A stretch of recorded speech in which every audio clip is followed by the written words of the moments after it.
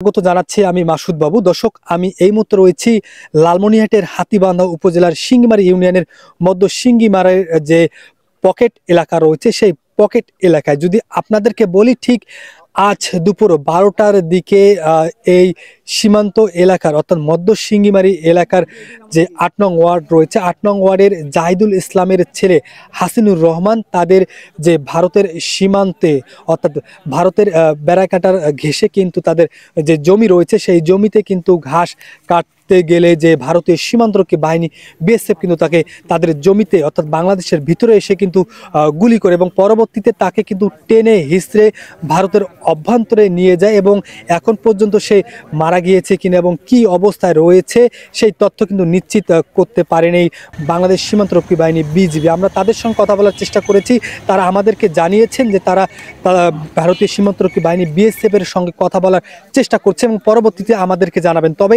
এই এলাকাবাসী কিন্তু অনেকটাই আতঙ্কে রয়েছে, কারণ তার যে নিজস্ব জমিতে যাওয়ার পর ভারতীয় সীমান্তরক্ষী বাহিনী বিএসএফ বাংলাদেশের অভ্যন্তরে ঢুকে এভাবে একজন বাংলাদেশিকে গুলি করে এবং টেনে হিঁচড়ে নিয়ে যাওয়ায় কিন্তু অনেকটাই আতঙ্ক বিরাজ করছে এলাকায়। যারা এখানে প্রত্যক্ষদর্শী রয়েছে আমরা তাদের সঙ্গে কথা বলবো, আসলে কি ঘটেছিল, আসলে কেন তাকে ভারতীয় সীমান্তরক্ষী বাহিনী বিএসএফ নিয়ে গেল, আমরা সেই তথ্য জানার চেষ্টা করব এবং আপনাদেরকে দেখানোর চেষ্টা করব।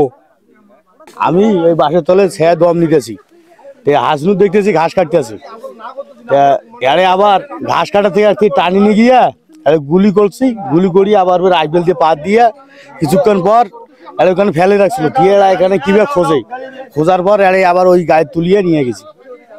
আমরা এই পেশে ভুট্টা বাড়ির সাথে বসে ছাগল ঘাস খাওয়াইতেছি, দেখি উনি ঘাস কাটতে গেল ভারতে, না মানে এই পাশে জমিতে, এখন ওদের জমি। এখন ইতিমধ্যে দেখতেছি যে গুলি হয়েছে, ছেলেটা মাটিতে পড়ে গেছে। এমন সময় ইতিমধ্যে আবার বিডিয়া গুলো ওদের মারছি, মারিয়ে এখন ছেলেটা তো ভয় পড়ে গেছে, পরে ছেলেটা টানি নিয়ে যায় ওই পাশে শোতাইছি।